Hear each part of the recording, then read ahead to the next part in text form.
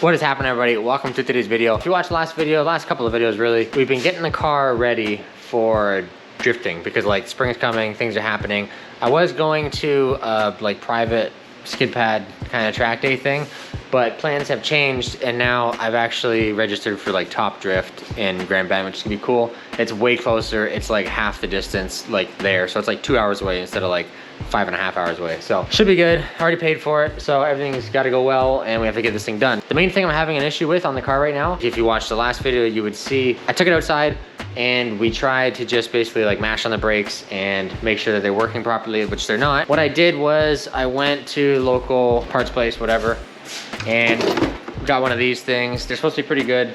It's like the air pneumatic powered bleeder. So I'm gonna give that a try. I have never used that before. I've always just done like the foot pump and the brake thing, but we're gonna try that, see if it works. Also, I've ordered the adapters for the rear. I know people say don't run adapters, you should run adapters. It's honestly, I don't see an issue with it. Everyone's like, oh, you should just re-drill your, yeah, I understand like re-drilling would be cool and then you don't have to run a spacer or anything, but these wheels, I think they're like 8 something wide and a pretty like high offset, so they need a spacer anyways. So I'm just gonna get the bolt-on adapter. I think it's like 20 mil and it'll make it perfect. That way I can run the Model 6s in the front and the rear. So I'm just gonna get into it and we're just gonna jack the car up, get all the wheels off, and then try and figure out how that bleeder thing works because I've never used them before. So hopefully that goes well and we'll have brakes by the end of this.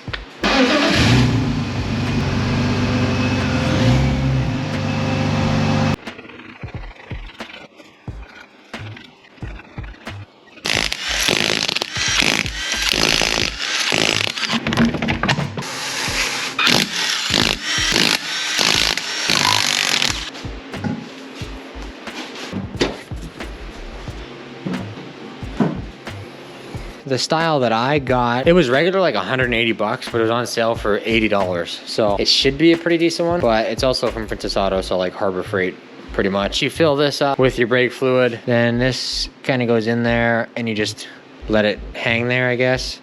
Tighten this up a little bit on the threads here, around there, and then you open the valve. And then it's basically constantly feeding brake fluid into the master. So I guess that just goes like that. I mean, so far so good. Got the valve open, you can see it's like really super full. Now we have this part here. This goes on the bleeder valve on the brake, whatever brake hit you're on. So we're gonna start in the rear, furthest away then to closest from the master. So I guess furthest away would be passenger rear. Once that's hooked up to there, we're gonna start putting air through here.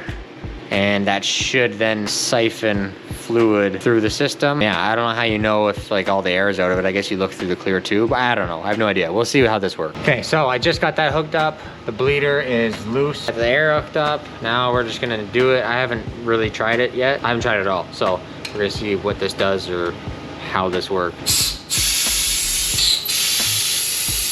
Definitely doing something.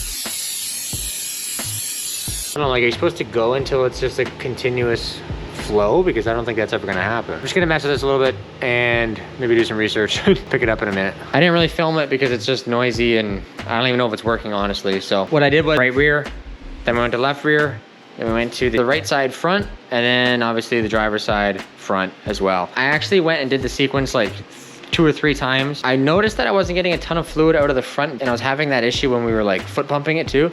So what I did was start the car and then pump the brakes a couple times, shut the car off, pump the brakes a couple times, put the bleeder kit, whatever, back on there, got some fluid through, more than there was before. And then I basically went around and did all of it again. And there's still like bubble in that little clear airline coming through, but I'm not really sure how it would ever end because it just keeps going and going. So I finally did all 4 of them, you know, like 2 or 3 times. I started the car up and touched the brake and it feels like 100% better. It feels like rock solid. So then I kind of thought that worked. So I figured I would do the handbrake. So when I just finished, it was like a ton of fluid coming out, which I'm assuming is just because it's such a direct system.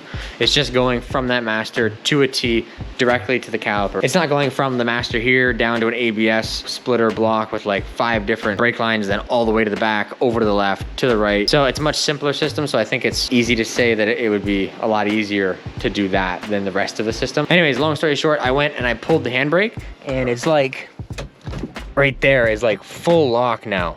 So I'm really pumped. I'm gonna put it on the ground right now. It's like 9 o'clock at night on a Monday, but I really want to see if those wheels are going to lock up now, or like if the brakes feel better, because you can't really tell with it up in the air. I mean, you can hit the brakes and pull the handbrake, but it's like, is it really working or is it not really working? So I'm gonna throw the wheels on really quick, drop it all down again, move a bunch of stuff outside, and then hopefully we'll take this thing outside. And I'm really hoping that the brakes are gonna feel good. And I really wanna see if these back wheels will lock up with that handbrake, because I feel like they should.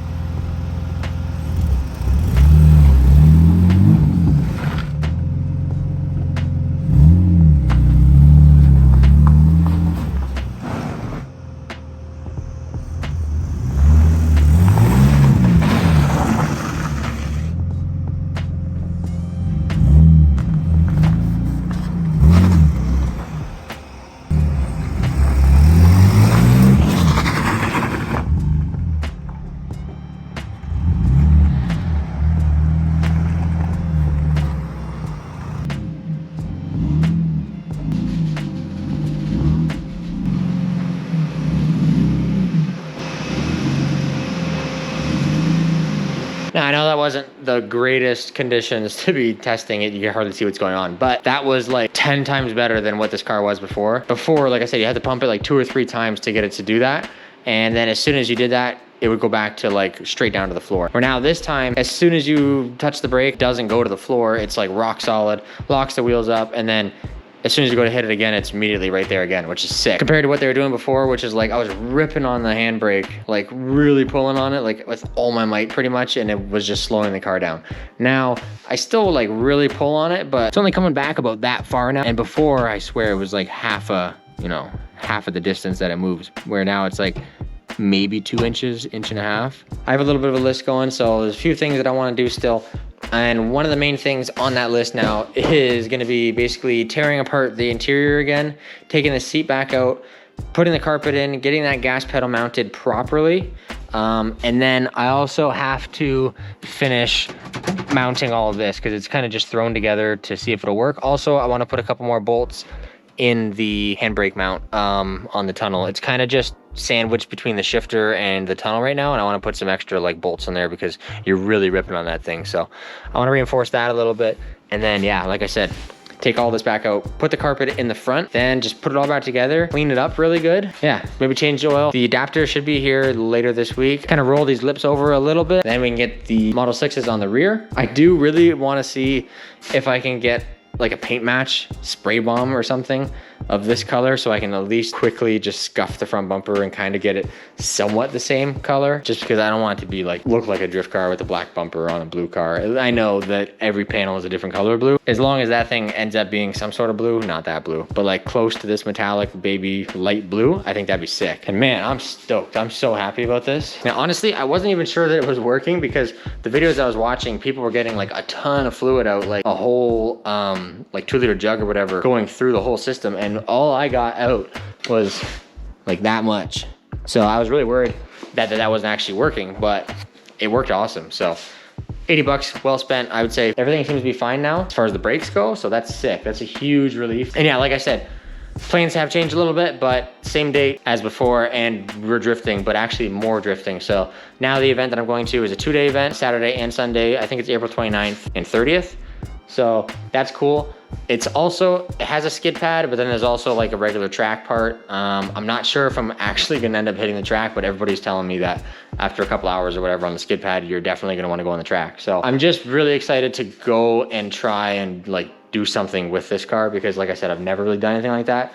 So I'm excited to learn. I just hope it goes well and nothing crazy happens because it's just a skid pad and it should at least survive that. But yeah, I gotta do a couple more things. I gotta get a helmet. I keep forgetting I have to buy a helmet. I also wanna buy a fire extinguisher just because that's always a good thing to have in your car. I don't think like they require it, but some events do, and you should always just have one anyway. Once we do this event, I'm really hoping that it goes well, and then I can basically just focus on maybe painting it, maybe making it look cool if it works well, and then just like kind of getting seat time, because that's the main thing. I know you shouldn't really care how it looks, but I want this car to look cool. I make sure everything is good. If anything pops up, you know, fix that, and just kind of work the bugs out of this car this season, or at least first couple of events, because I do want to hit few events at least. But then I do have to kind of get back on the S15, finish up a few things for that, because we're going to Import Fest in Toronto, which is sick. I've never been, and that should be really exciting. So that's in July. We have quite a bit of time. Obviously, like, it's still wrapped up, so I'm not doing that anytime soon, but